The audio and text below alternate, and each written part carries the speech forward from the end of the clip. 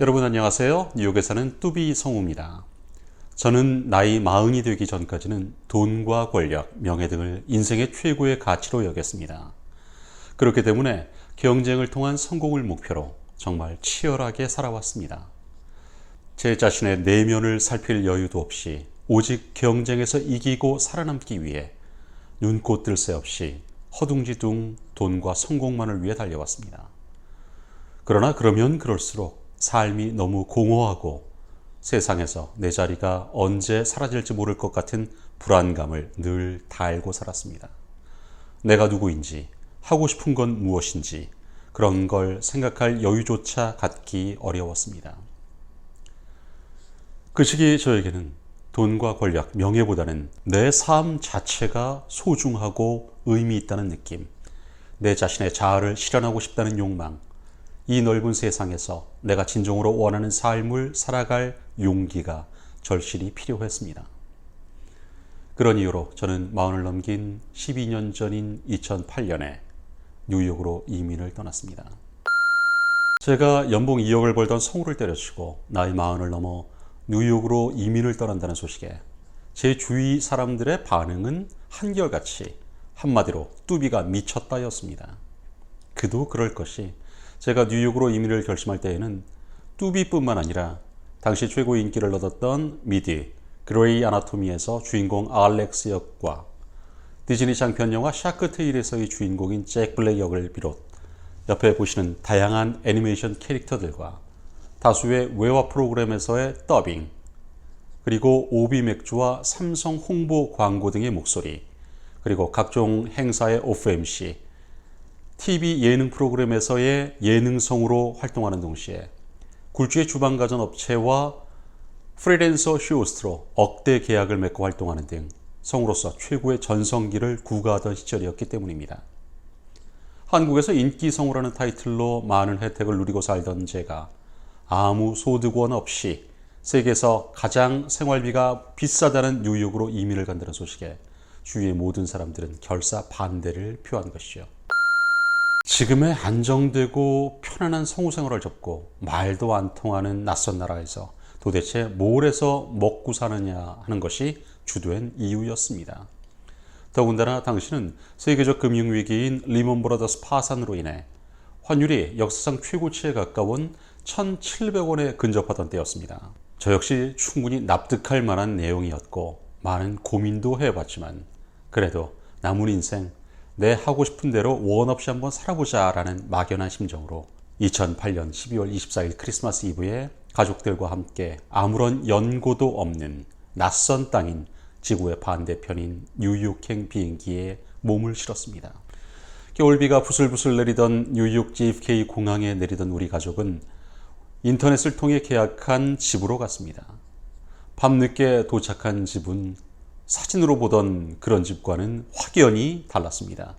작고 허름한 투어 패밀리 하우스의 2층 집, 낡고 지저분한 내부 시설과 한국의 아파트보다도 못한 층간소음에 삐걱거리는 마룻바닥. 그러나 월세만큼은 한국의 최고급 아파트에 버금가는 수준이었습니다. 실물로 본 집은 마음에 들지 않았지만 어쩔 도리가 없었습니다. 우린 보증금과 한 달째 렌트비를 선불로 페이하고 서둘러 저녁 식사를 준비했습니다. 아직 한국에서 붙인 이삿짐이 도착하지 않은 관계로 텅 비어있는 집에서 한국에서 가져온 전기밥솥에 쌀을 씻어 얹고 거실 한켠에 신문지를 깔아 밥상을 차린 후 반찬이라고는 미리 싸운 김과 김치밖에 없는 초라한 저녁 식사를 먹었습니다. 한국에서라면 상상도 하지 못할 식사였지만 우리 가족에게는 지금도 잊지 못하는 최고의 만찬으로 기억될 만큼 맛있는 저녁이었습니다. 그때 깨달았습니다. 야, 이런 게 행복이구나. 행복이 별거 아니구나 라는 생각. 그렇게 우리 가족은 평생 잊지 못할 크리스마스 이브를 뉴욕에서 보냈습니다. 뉴욕에서의 생활은 만만치 않았습니다. 우선 아이들의 학교와 생활에 필요한 물품 구입 등 해야 할 일은 산더미인데 저의 짧은 영어 실력으로는 이 모든 걸 해결하기에는 한참 부족했습니다. 그런데 그러한 역경이 우리 가족을 한데 꽁꽁 묶는 결정적인 계기가 됐습니다. 한국에서는 한 번도 경험하지 못했던 가족들과의 진정 어린 대화를 통해 우리는 어려운 상황을 하나하나씩 풀어가기 시작했습니다. 한국에서 초등학교 졸업반이었던 아들아이와 연년생인 딸아이의 중학교 편입을 위해 우리는 우리가 살던 학군의 중학교를 찾았습니다. 아이들의 학교 적응을 위해 이것저것 묻던 학교 카운셀러는 아이들이 다룰 줄 아는 악기가 있냐고 제게 물었습니다. 저는 한국에 있을 때 집에 있는 피아노를 아이들이 친 기억이 있어 피아노를 친다고 대답했습니다. 그랬더니 그 카운셀러는 아이들을 학교 오케스트라 단원으로 활동하게 한다더군요. 저는 오케스트라 단원으로 활동할 정도의 실력이 아닌 그저 취미 활동 정도의 수준이라고 손사래를 쳤습니다. 그걸 본 카운셀러는 제 행동을 의아하게 보더군요. 그러면서 하는 말이 아이들의 실력이 뛰어나면 그들은 프로에서 활동해야 한다. 서로 배워가며 화음을 맞춰 나가는 것이 학교다. 아이들의 실력은 부모가 평가하는 게 아니라 온전히 학교의 몫이다라는 취지의 말이었습니다. 저는 뒤통수를 한 대 맞은 것 같은 느낌이었습니다. 나를 위한 뉴욕이 아니라 아이들을 위한 뉴욕이구나 라는 생각이 들면서 아이들과 함께 뉴욕에 온 것에 대해 많은 감사함을 느꼈습니다. 저 역시 일을 찾았습니다. 다행히 뉴욕에는 한국 라디오 방송이 있었고 저는 아침 뉴스를 진행하는 앵커로 일자리를 얻을 수 있었습니다.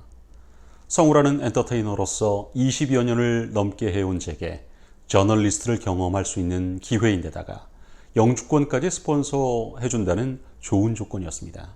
그러나 문제는 급여 수준이었습니다. 기껏해야 제가 살고 있는 집에 월세 정도밖에 되지 않는 뉴욕시 기준 최저임금에 해당하는 정도의 급여가 살짝 저를 고민하게 만들었지만 저는 새로운 일에 도전한다는 흥분감에 앞서 흔쾌히 수락하고 일할 수 있었습니다. 뉴스 앵커로서의 일은 제게 새로운 경험과 즐거움을 선사했습니다. 스포츠를 좋아하던 제게 세계 최고의 골프 대회인 US 오픈과 PGA 챔피언십 그리고 메이저리그인 뉴욕 양키스의 취재를 비롯 뉴욕의 각종 행사와 인물들을 인터뷰할 수 있는 기회가 주어졌고 2010년 남아공 월드컵 때에는 주간 방송사인 ESPN의 한국어 중계의 캐스터로 활약할 수 있는 행운도 주어졌습니다. 또한 한국 대통령을 비롯한 주요 인사의 뉴욕 방문 때 동포 간담회 등 한국 정부 주최 행사의 사회를 보는 영광도 함께했습니다. 돈보다도 중요한 경험의 가치를 직접 체험할 수 있는 일들을 많이 경험했죠. 무엇보다도 한국에서 성우로 일할 때처럼 스트레스 같은 걸 받지 않았습니다. 또한 가족들과 함께하는 시간이 늘어났기에 아이들이 사춘기를 겪는데 나름대로 아빠의 역할을 할 수 있었습니다.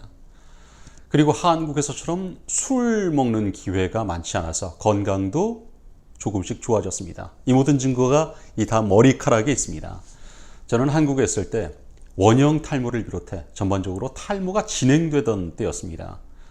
뉴욕에 와서는 원형 탈모는 완전히 없어졌을 뿐만 아니라 탈모가 진행되던 곳에 다시 머리카락이 자라나는 현상까지 보였습니다. 비록 경제적인 면에서는 어렵고 힘들었지만 낯선 곳에서의 새로운 도전과 성취감 그리고 가족과 건강 문제에서 좋은 결과를 가져올 만큼 삶의 질은 훨씬 더 좋아졌습니다. 또한 내 삶 자체가 소중하고 의미 있다는 느낌, 내 자신의 자아를 실현하고 싶다는 욕망, 그리고 이 넓은 세상에서 내가 진정으로 원하는 삶을 살아갈 용기가 생기기 시작했습니다. 오늘 방송은 여기까지 하겠습니다. 여러분과 함께 만들어갈 뚜비성우의 Open Your World, 좋아요와 구독 부탁드리겠습니다. 함께해 주신 여러분 감사합니다. 다음 영상에서 다시 뵐게요. 여러분 안녕.